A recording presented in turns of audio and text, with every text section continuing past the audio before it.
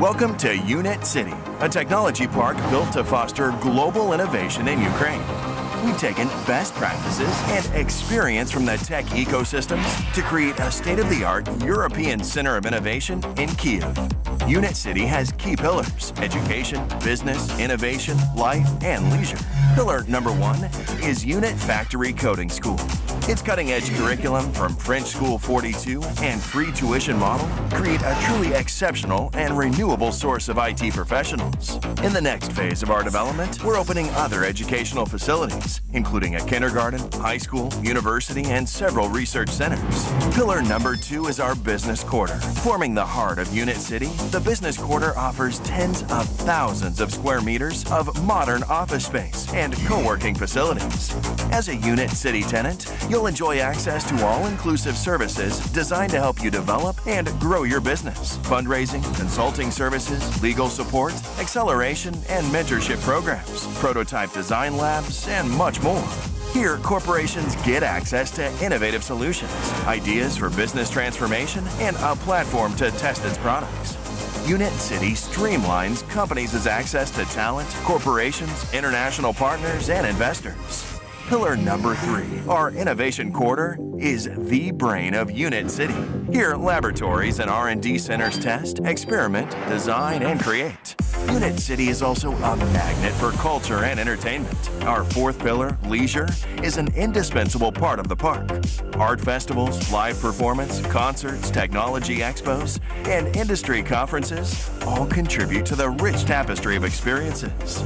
A crossroads for collaboration, Unit.City brings together individuals from all walks of life, entrepreneurs, IT professionals, scholars, artists, and students who exchange ideas and sometimes even become partners.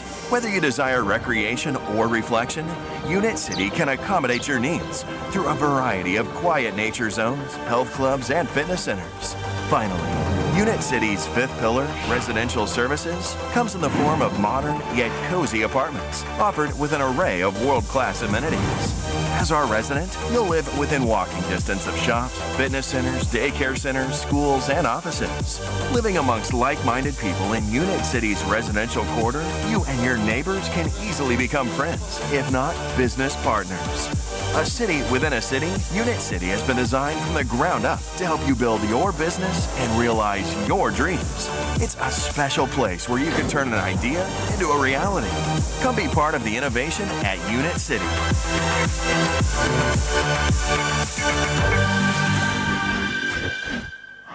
And we're about to discuss innovation and accelerators, all of the boring words, but we'll try to do that in a very common language to define it. Like, where are the limits? Why do we need innovations? Why do we need innovations for banking? Who are the main people and the main actors on the scene? And I would like to introduce you with our speakers, our panelists. Please welcome Viktoriya Tigipko, the founder and the managing partner of the TA Ventures. There's a lot of startups in the TA Ventures portfolios, more than 110 deals, so we have a lot of things to discuss. Please welcome Konstantin Lezhnin, the head of retail BNP Paribas. BNP Paribas is the banking establishment. It launched last month the corporate accelerator together with the Radar Tech, and it's going to be an interesting way to ask you about that. Rostyslav Dyuk, former head of the electronic finances department in transforming the financial sector. Together with Rostyslav, we have created the Fintech Guide, and please welcome Volodymyr Stavniuk, the head of the boards of a Tigipko company, the state innovative financial credit agency. We understand that the state is now becoming a very active actor on the scene. We have additional tools appearing every day, and we can see whether it can be used by all of the other participants of the scene. And I would like to start with a general question, let us say with a definition. So some people say that fintech is a bit of more approved soft, and someone say that this is the disruption disruption of the sphere general, and we have to bury all of the traditional financial establishments already.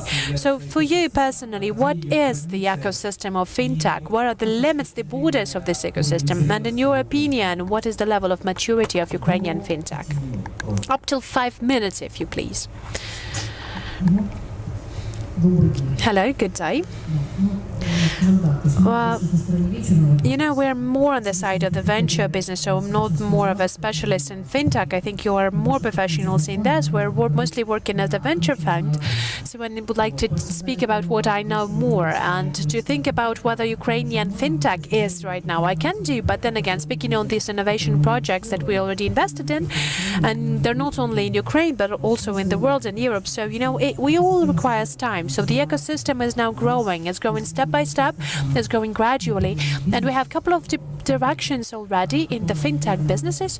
And I think those directions, they are already working exclusively on the territory of Ukraine. There are some topics that can be used abroad also, but we cannot see that those projects have not been born on the territory of Ukraine. So the project Asimo that is in our portfolio, it works all over the world. So TransferWise that also works all over the world. So these are the so-called disrupting technologies that are now in place to replace the projects as type of the Western Union was. Those projects, they require additional investments, hundreds of millions of dollars that you need to invest in order to receive some revenue from this project to get it into the international arena. The TransferWise, they have 1 or 2% of commission, quite the same project as the Asimo, the project that works still in the incubator state. But in order to start this transactions from one country to another country, cross-border transaction, you need to have the needed scale. They need to have the volume of the of engagement. So now they're looking for the peers in other countries to actually have this additional cross-border partner. So in Asimo, there are direct transactions between one country to another country, so they can be launched in one country fastly, not like the TransferWise. So the difference between them is 10 times now, and 50 times more. TransferWise is a smaller project than Western Union, and I think that Western Union is now experiencing in the last years. We want to have the same projects in Ukraine, but we need some venture capital, like 100 million, not Ukrainian hryvnias, to launch this project and to start it from Ukraine. There are projects who would like to work in Ukraine. The SMP longs, so some projects that have been done in Ukraine, like Klarna project that you might have already been aware about. So there are the needs of mortgages. Someone can get 18% at their starting as a starting loan, or 26% as a small project in Czech Republic. We wanted to get it, but we still didn't do that. So we all need a lot of money, not like dozens of millions, but much more. You can take a look at the crash base, like how much do they cost. So international projects that are going to be launched in multiple countries in Europe. In Ukraine, we can work with this project. It can be done, but the scale of this project is going to be different, but it will be profitable. And what else? What else can we mention about this? What else can work in Ukraine? No, we will discuss it later. Okay, but the question of the maturity of the ecosystem, the legal tech, all of the legal issues that are still being hanging over us as a threshold, as a big challenge. We cannot get the e-signature in many simple projects, so it limits us significantly. It limits us significantly even in the local Ukrainian projects, because even the project that we would like to build up in Ukraine, the ICS, or for the CIS, or for the Central and Eastern Europe, we do have the understanding for the entrepreneurs, but there are again the questions of restrictions and limitations. So it's all been restricted with the legal moments, with the legal issues appearing. Speaking on blockchain, a very interesting topic. We will discuss blockchain a bit later, but okay, so yeah, we should discuss blockchain because there's a lot of interesting observations on where we're moving to, what is blockchain. So we have to understand how it works, first of all. Thank you. Good day, dear colleagues. What fintech is for me? Fintech is couple of important areas. So the first is it's the movement that's tried to globalize financial services. Because nowadays, even though the plastic cards that we all have, that you all have in your pockets, and the plastic cards that you have and the plastic cards of the American clients, they are absolutely the same, and technological wise they're absolutely the same, but in a legal wise this sphere is still very segmented, and fintech is this movement that tried to globalize, transferwise, or some other, trying to build this over national models of working, cross-national working models, or whether the models of payments or credit lines. It tries to jump off this tires to be tied up to the countries. What is also fintech for me? The fintech is some of the mistakes and some of the misworkings of the bankers, because most of the fintech companies, they're trying to exploit some of the mistakes and some of the challenges of the customer services and user-friendly services.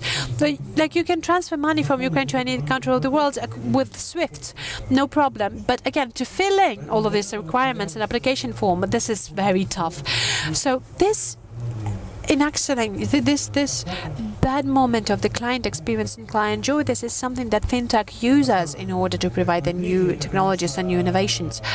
This is the second moment. The third moment is a big challenge for me as a banker, because I have to change the methods of work in my organization. I have to change my managers. I have to explain them that there is the whole world and the life outside a successful financial organization. And most of the most successful bankers, they do understand. So this is the dilemma of the innovators. If you're already a profitable organization, how can you reinvent your approaches to climate and reapproach to your clients and reapproach your products? So this is one of the moments of my own transformation and my organizational transformation. Good day, ladies and gentlemen.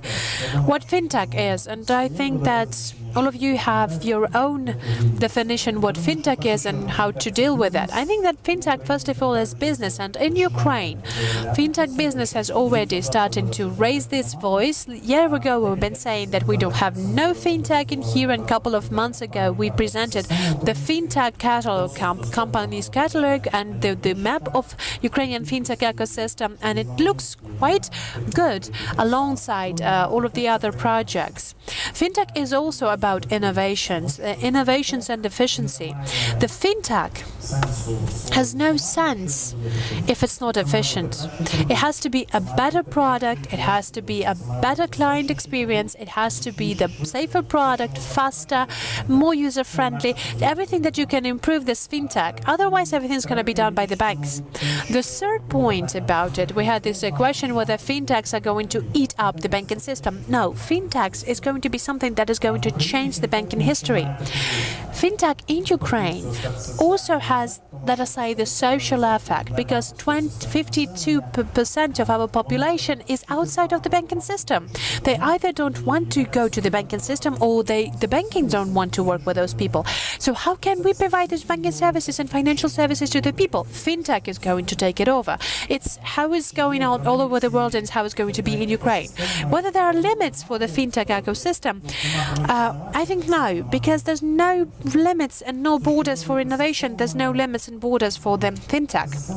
Speaking on ecosystem presupposes the possibility, the opinion, the opportunities for the actors and institutions to arise.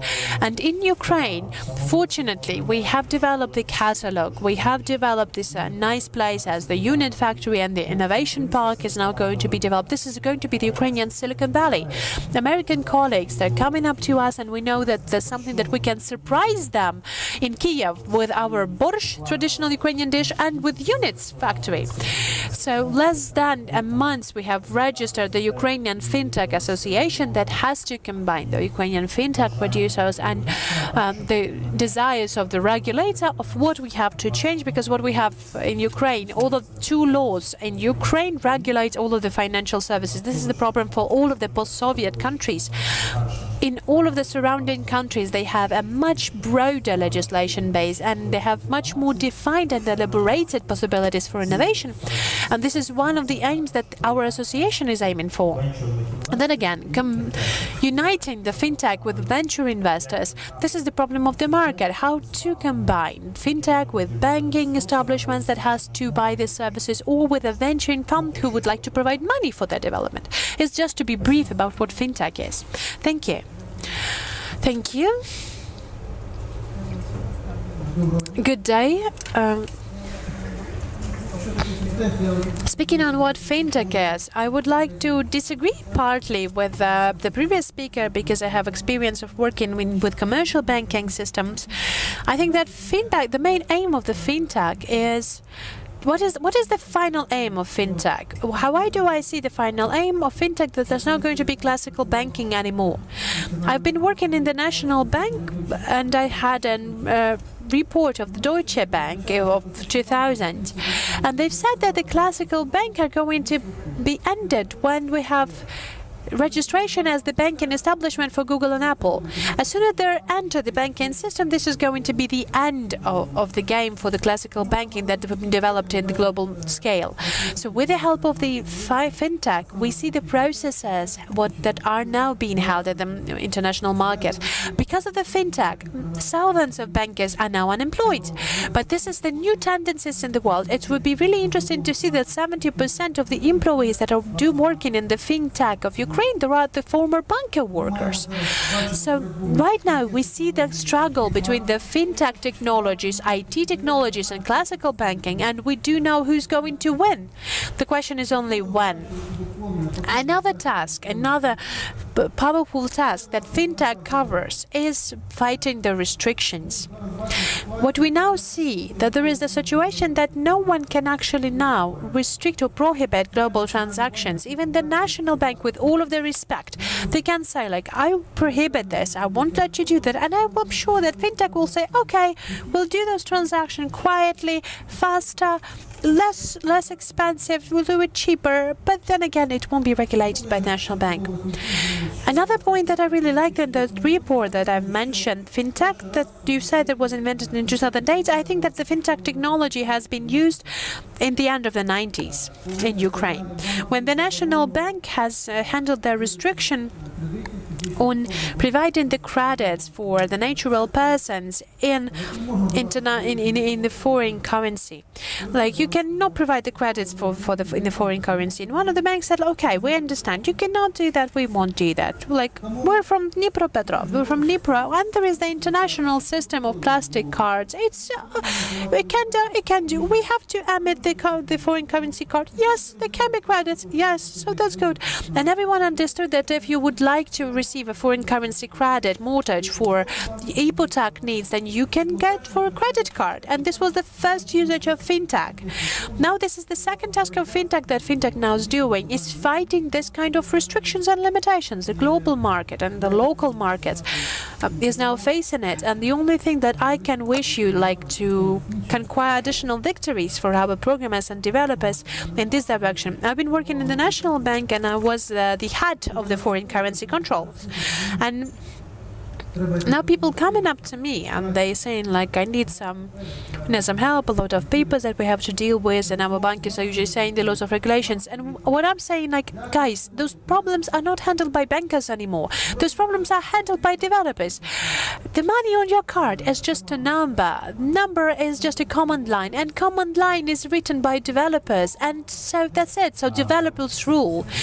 So it's like this. Thank you, Oleg. I have a question to Konstantin. So you're the biggest bank in Europe, and whether you consider fintech as your competitor or whether you would like to cooperate with fintech, when together with RadioTech you've launched your acceleration program, what were your aims?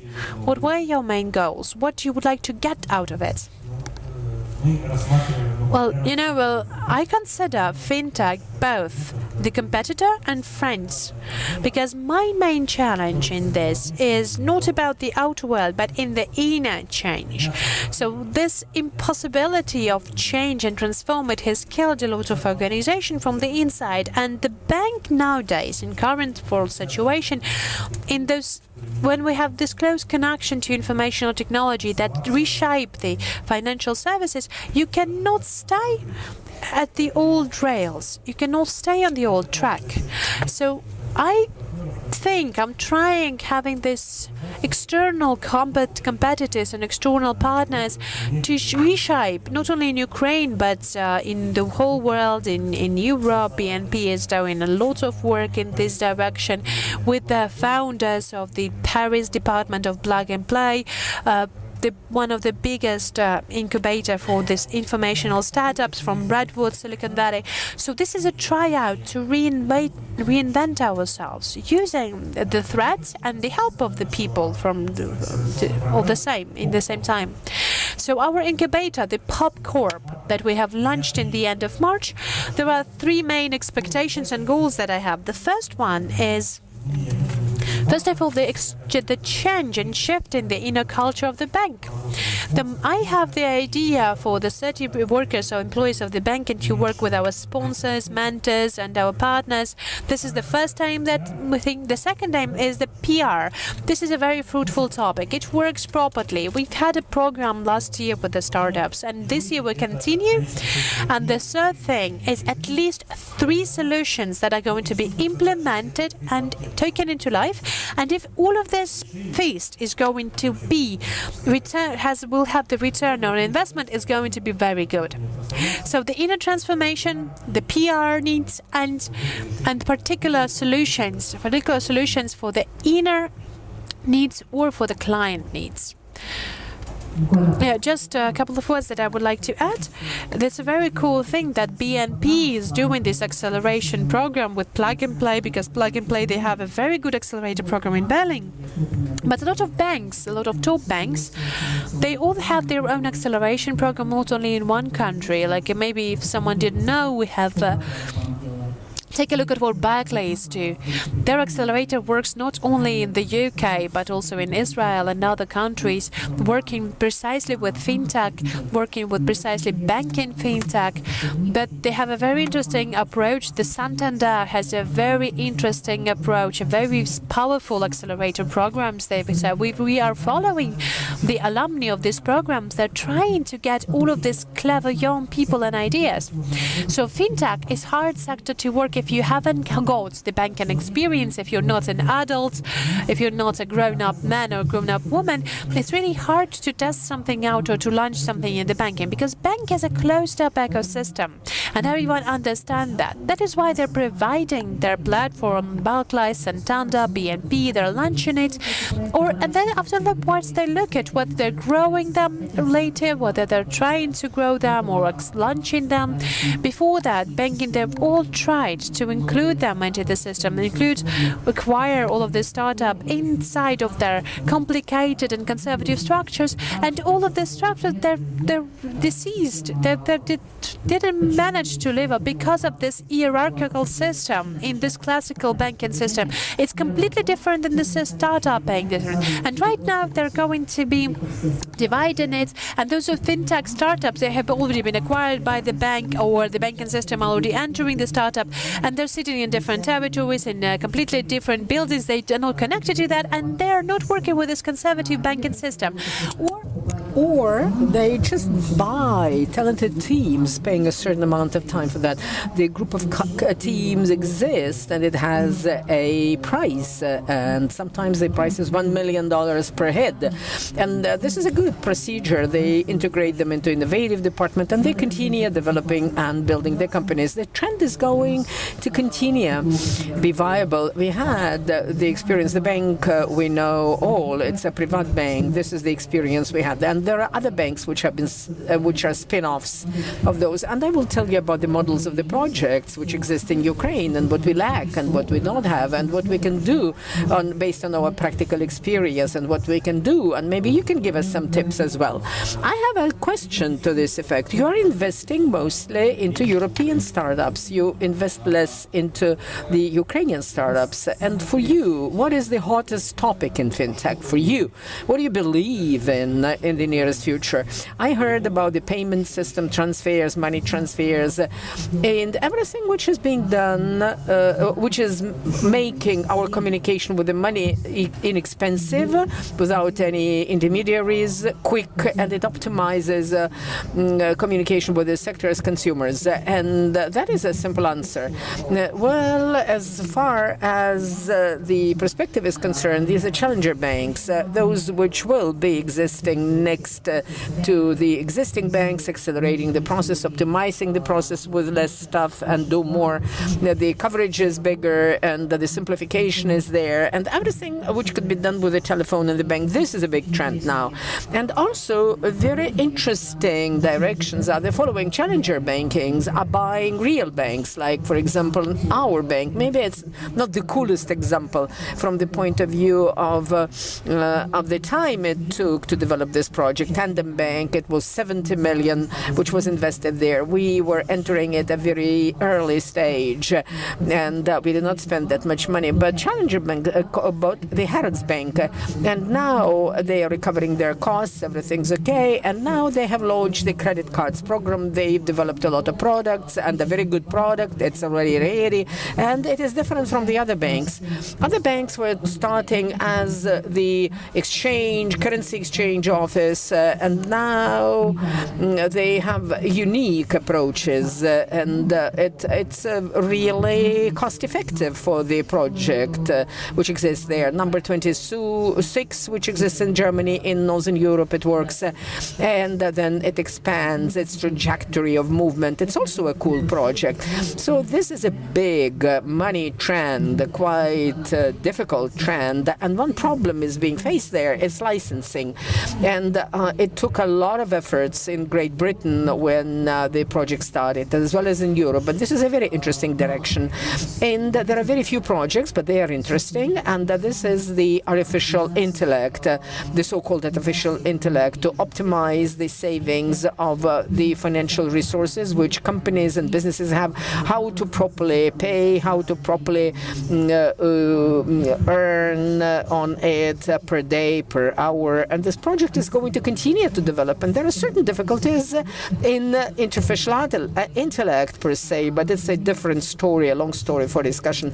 But this is a very interesting trend. This is, the optimization of invoicing. It's one of the simple trends. It would help big and small enterprises, and also transparency of all the processes. This is a big problem for our market because we live in the gray zone. We can identify, but nobody wants us to get identified. And there are a lot of interesting feature services, something like Scler by American company. We have a great company here, and it works already in 32 countries, and they have launched 12 projects this year, and they talk to iZettle at present, and we have a solution similar to Privat solution. These are the payments for the small businesses with the credit cards, but this is the question of the coverage of the market. Nobody wants these transactions being official because the system exists, but people are being encouraged to pay cash or some other ways, and these are the limitations in this country. Klarna project is great. The consumer loans, we don't have it. It's a super cool project. It's just crediting for specific consumer goods. S&B loans, I mentioned already. We launched this project, and the task group 124 is launching it. And we have other examples of the big projects in the world, like Camages, and this trend is going to continue to develop. Well, fintech does not have that much new which should be done, but we know what needs to be done: optimization, simplification, and eliminating the intermediaries. The same story is about the insurance. Everything which occurs now is optimization of the work in the social insurance. This is an opportunity to use the best insurance, health insurance. First of all, it's like Oscar project. We have something similar in Europe, and also automation of the wallets with the various kinds of insurance. This is not typical for our market. We can do that because we have a different system of insurance.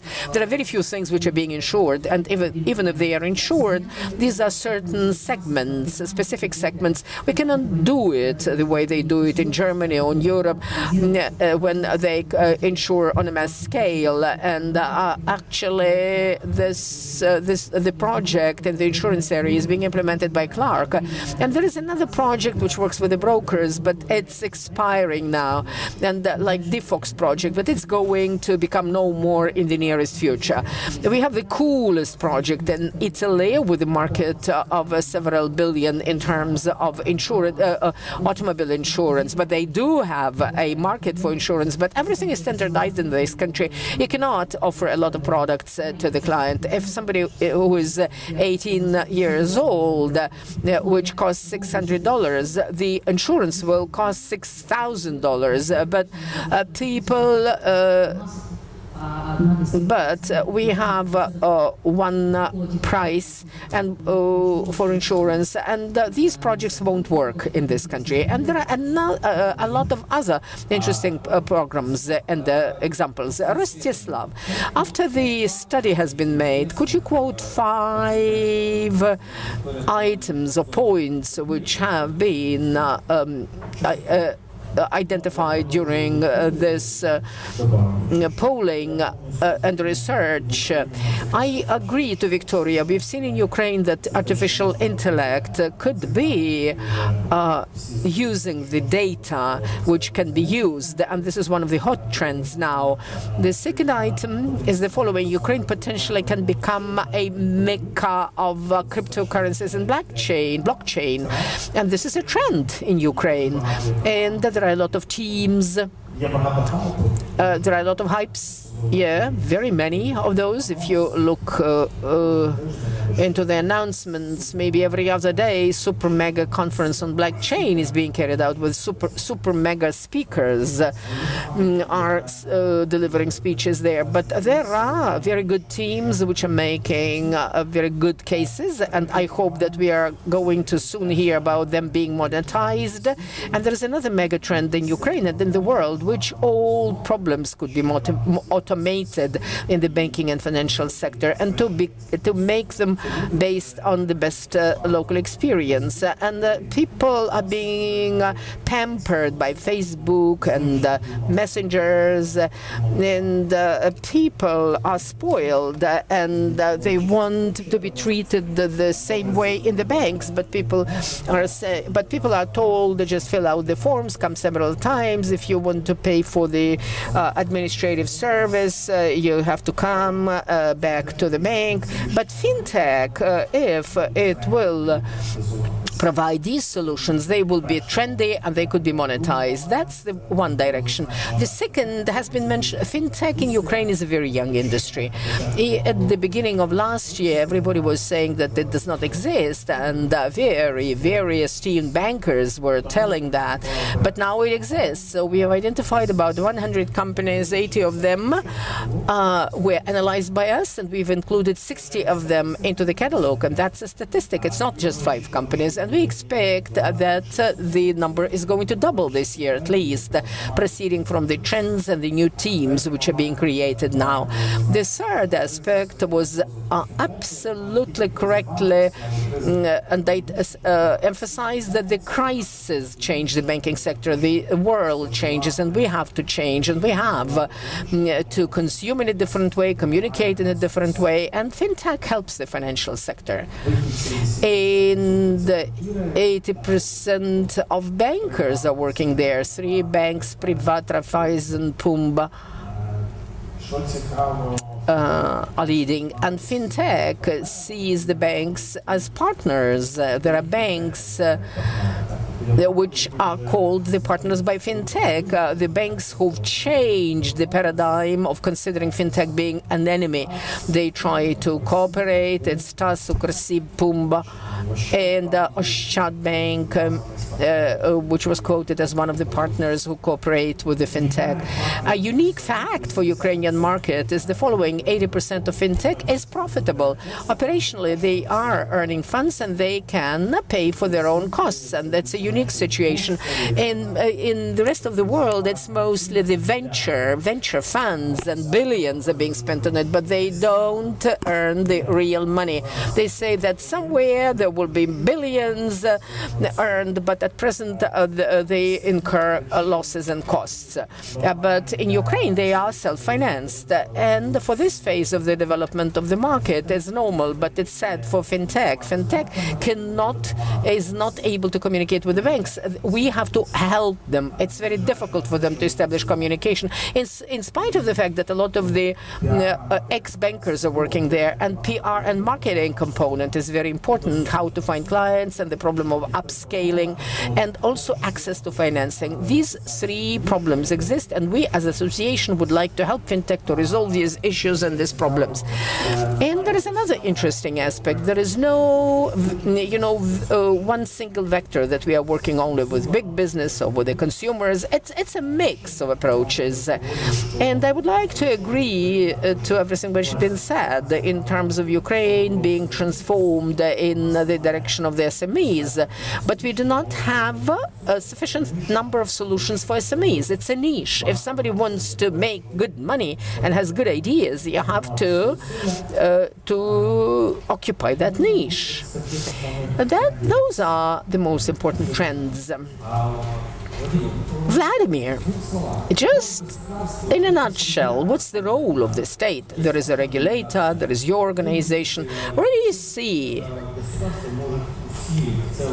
the role of the state? How the state can strengthen this ecosystem and join these trends and give an impetus for the development?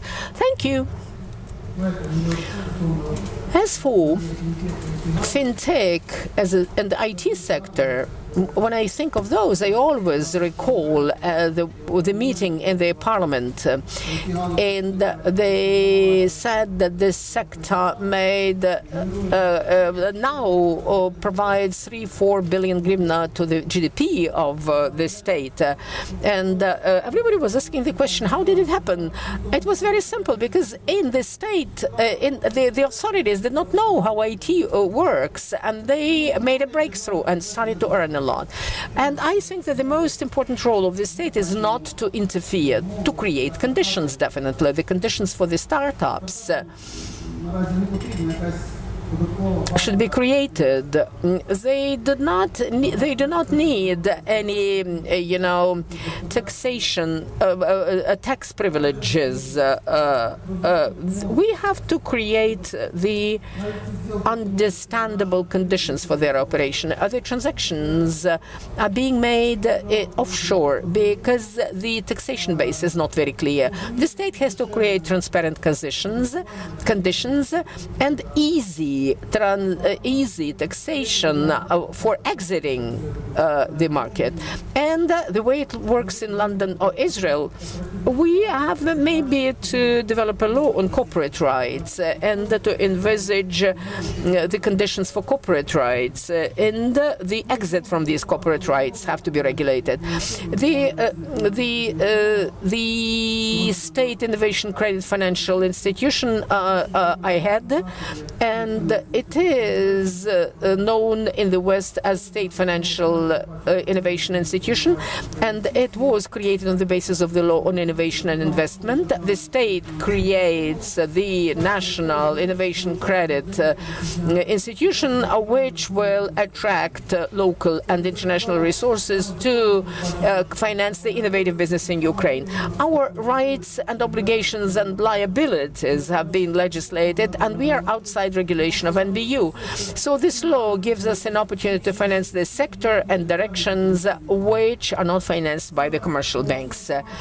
This mass and legal opportunities is being used by the Ministry of Economy to create, to make the first step to create the innovation in an ecosystem in Ukraine, where the state is planning to become if not the player, but at least to assist to make the first step to our innovators. There is no first door where one has to knock on.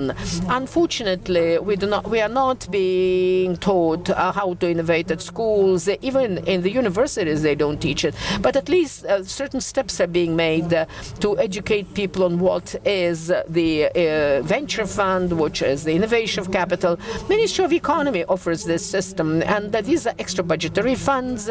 They are not envisaged by the budget. The Ministry of Economy found these funds. They are flexible, and we are completing all the procedures to launch this institution, and we are going to soon offer the support for the initial period, and we have to carry out some sort of education to create a system where we are going to teach our innovators how to work, to teach at the expense of the state on how to continue moving forward their projects and their inventions, innovations, so that being able to monetize it.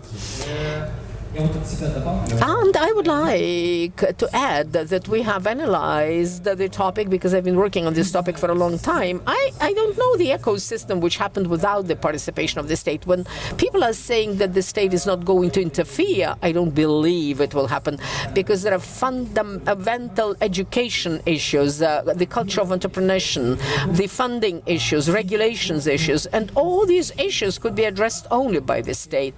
And all the steps which you mentioned here are the steps made by the state to resolve all these issues. Viktoriya had a comment. I would like, in a layman's language, to explain you pros and cons. Fintech is a very regulated sector. Everything depends on the state. The pros for Ukrainian fintech is that we can do it within one country, and we might adapt to the local legislation, especially the niches we've mentioned, the consumer loans and the RI projects, invoicing projects. We can do it within the framework of our situation. But imagine a Ukrainian team which developed some interesting idea, and it's a cool product, and it has no space in Ukraine, and the venture investors, unfortunately, are very conservative. If the team is not from their country or not from Europe, and by the way, Europe is different because the countries are different in Europe. Fintech in one of the countries could cause a lot of suspicion on the part of the investors, how it is possible to scale it, what sort of product is that. But I don't know the cases when a certain team from a small country but with a good product has been invested into by the venture investors. We simply don't know these projects. It's difficult to imagine that without knowing the ecosystem, without knowing the ecosystem in Great Britain or the United States, the Ukrainian team won't be able to do that, because they have a different fintech there on a lot of verticals, which we can discuss separately. And investors would like to see the local team, and because it will have to return like 25%. They also look at the investors who were investing into the projects previously. So this is true about the fintech and also specialized sectors where there is American Health, for example, where there is a lot of regulations and who is inside the team and how the team is being managed. So there are a lot of peculiarities of how to translate the fintech projects to the other geographical locations. Well, imagine Ukrainian fintech company has created a product for Ukrainian bank, and whether Ukraine could be used as a testing field, and whether this product could be scaled up in Asia, Europe, and rolled out. I will tell you once again, like, for example, the challenge in BAT, it has been created in Ukraine, it works properly. If we get with the same product to the UK market, then to raise the money, starting with the setup of the same investors and the same auctioneers, it's really hard to get them there. First of all, you need to have the equity that you have already invested in the challenge challenger bank. So you have to get it from Ukraine. Another problem is to show the investors that according to the KYC or the fintech norms that are not compliant to that norm, we need to hire the new team, and you have to give something to this team. Like, for example, the 3 or 4 years is going to be the lockup. You have to get the team that you will believe that. The team that is going to be from the fintech from the very beginning. The team that is going to be hired is already a red flag for the British ecosystem, the British financial ecosystem, the system that would like to finance this kind of project. So there are some really important moments that are the red flags or the stopping moments for the development for this particular project, Challenger Band, that is born in Ukraine. But we have to change it completely. So no, we have to hire the team. No, it's complicated, but in every vertical we can get some of the examples. But what about blockchain? What about blockchain? You invest in blockchain. We're looking at it. We're searching for the good projects so that we can enter it. But blockchain is a separate and very interesting topic. Will you invest in that? Yes, we do. Yes, we do invest. We haven't invested yet, but we're looking at it. We're taking a close look at it. We would like to invest. If you have some good project, if there are young teams that are doing in blockchain, it's not really fintech. There's many different spheres with the blockchain, like in e-commerce, or the part of the project has been written in blockchain and part did not. So it's very interesting for us. Maybe not in Ukraine, maybe in Ukraine or somewhere else in Europe. So what about blockchain? In order to write something in blockchain and in order to whiten up the information, you need to get this information. What you have to start with, if you're working with blockchain, you need to optimize like maybe the land register or the auction register, or like some kind of information, any kind of information that we have, any kind of information that has a very diverse story that we can gather into one place. And again, speaking on blockchain, it's really complicated to do that in our conditions. Like, for example, the land register. So how much money do we need to ask for that? So like in our state or in some other our partners or colleagues, in order to make it in the proper order, in order to find it to blockchain all of our land register. This is just one example. We can have others. Okay, but I have the time for the last question. But very briefly, please, if you may. The top 3 recommendation for the bankers that are today in our audience on behalf of the venture fund and on behalf of the managing partner of venture fund, particularly to the bankers. Well, the bankers have to pluck up their courage, pluck up their efforts, because basically everything that is now going on. So, okay, get yourself together, group yourself, and to understand that there are people that are now attacking the business in a good sense of this word. So there are good teams that can hash out all of the process, simplify, facilitate all the projects, take away the job places for a lot of workers, employees in the bank, and they can now use their resources in different strategic or other directions of development of our country or other countries. And what we had into that the bank is going to be situated in the mobile phone, and maybe you haven't known that, we cannot use the Revolut or like number 26, all the projects I like, but maybe you can just Google and take a look at it, the Mozo or Atom Bank. So those are the projects that already exist today. And right now, those are the good teams, new teams that are now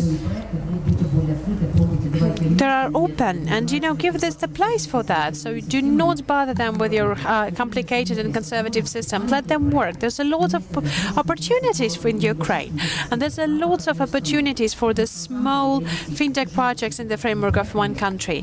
And there are different opportunities for the small fintech projects. So you can turn to the absolutely independent projects. You can build up the geographies for broadening the projects. Another example, we had a couple of cases when Ukrainian teams have moved to Asia and building up absolutely a successful projects. So it's easier to enter Asia or United States of America. So you can have the acceleration process and you can turn into the US company or Asia company. So you can develop the project that you have come up to. So it's not anymore the Ukrainian startup or a nation company. So it's a long situation whether Ukraine can be used only as the commodity or the product development country. Like just showing that we have already had piloted the situation in Ukraine, but then again we've turned it into a completely different project abroad. Konstantin, the final question to you. strategy-wise, the innovative laboratory, accelerators and startups, or in-house development, so BNP Paribas, globally, where are you heading to? And I see some fintech startups, and we're online. The startups are watching us. So, what is your recommendations for the fintech startups? The experience of our group is both. So, 2 months ago, we have bought up a very big company, the Nickel Bank in France, the bank that has been working with the underbank segment. They've been sold in a good way, so they wanted to develop them first of all on their own, but we want to integrate them now. And there are a lot of integrated laboratories that would like to optimize the inner processes. So now we're trying to work on this direction in two dimensions. The fintech recommendations that I would give for the startups, first of all, in order to implement the real-life solutions, you have to work with bankers. You have to work with BNP Paribas, with Ukrsib Bank, in our acceleration program, PopCorp, in Unit.City. Up till beginning of July, we're going to accept applications. So the first recommendation, call me, write me, and I'm going to give you all of the advice, and I'm going to try to get you ongoing. So write to Bakhmatov, to Maxim Yakover, so write all of the people that you know. We're going to work on that. And the second thing, you have to remember about the client. Keep in mind the customer. Don't care about banks. You have to find the solutions for the client problems, not the bank problems. And only then you will be engaging and interesting for the bank and client. And then you will have money. Then your money are now in the pockets of your clients, not the pockets of the banks. Thank you very much. Rostyslav, as the head of the FinTech Association, top 3 recommendations to the bankers. Okay. First of all, share the problems that you have. FinTech is ready to find the solutions for this problem, but then again, this part of it, financial part, this is something we lack in Ukraine. They do not know the problems of the bankers. They don't know the problems that the banks have. They've been a bit closed up, but it would be good if they just say, we have this kind of a problem, please give us a solution for that. So listen to the bankers, communicate with the bankers, so do communicate with the fintech specialist. The second moment, do not be afraid to open up some of the functions that you're ready to outsource, that you're ready to give to the external agents. So the bank are not going to be any more as they used to be before, and they won't be able to do everything they were capable of doing before. The bank has to understand their value. They have to understand what is going to be working further under the banking license and what are they ready to give to the fintech actors. And the third moment, the third advice, I think that I would like to agree that in our mentality, it's really hard to make innovations inside of the company. So we can do that in order in the bank, we create an innovation laboratory, but it's not going to work out. But we have this kind of experiments, but in Ukrainian banking market, innovation can only come from abroad, from out of the bank. Okay, so 5 years ago, 5 years after this, 5 years sitting and discussing how cool everything is in Ukraine, and you're representing the States. What will you tell us 5 years from now? 5 years from when? 5 years from now. Okay, 5 years from now. 5 years into the future. Okay, but before that, I would like to start with advice for the startups and the bankers. The advice for fintech, to actually find the bank that is going to use your services. And to, again, continue on the story of Deutsche Bank that I started with. Deutsche Bank has created a fully mobile bank, and this bank has been only present in the so-called fashionable now cloud services.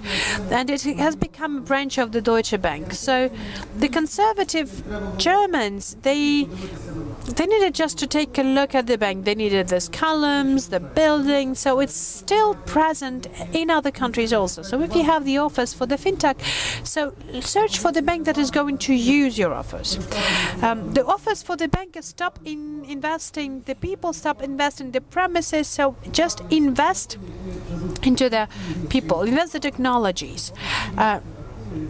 So to get the fast growth of actives and passive equities, what is going to be done in 5 years? I do want to hope to believe that our financial market is going to be more global. We're not going to be the local market anymore, and that is going to have working on the European level. What is going to be at the Ministry of Economical Development and Trade? The first step, we want to train people. We want to show people not to be afraid to move forward, to look for something new, to offer some new ideas, not to be afraid of to fail. Again, to stumble upon, but then again keep on walking. Our nation has generated ideas, and our generation will continue doing this. And in years to come, we're going to be still the best IT, the best developers, so on and so forth. Thank you very much. Thank you for being here. Thank you for this interesting discussion. You know, I'm reading a book nowadays on how to be optimistic. And they are telling now in scientific way that the people that are looking optimistically, they're more successful and they're healthier. So I would like to wish to all of you to be optimistic, and with all our future, everyone is ready to cooperate on the market. And I think that we're all ready to work with these processes, to join this process. We have infrastructure already, and I would like to wish all the best for all of you. Thank you for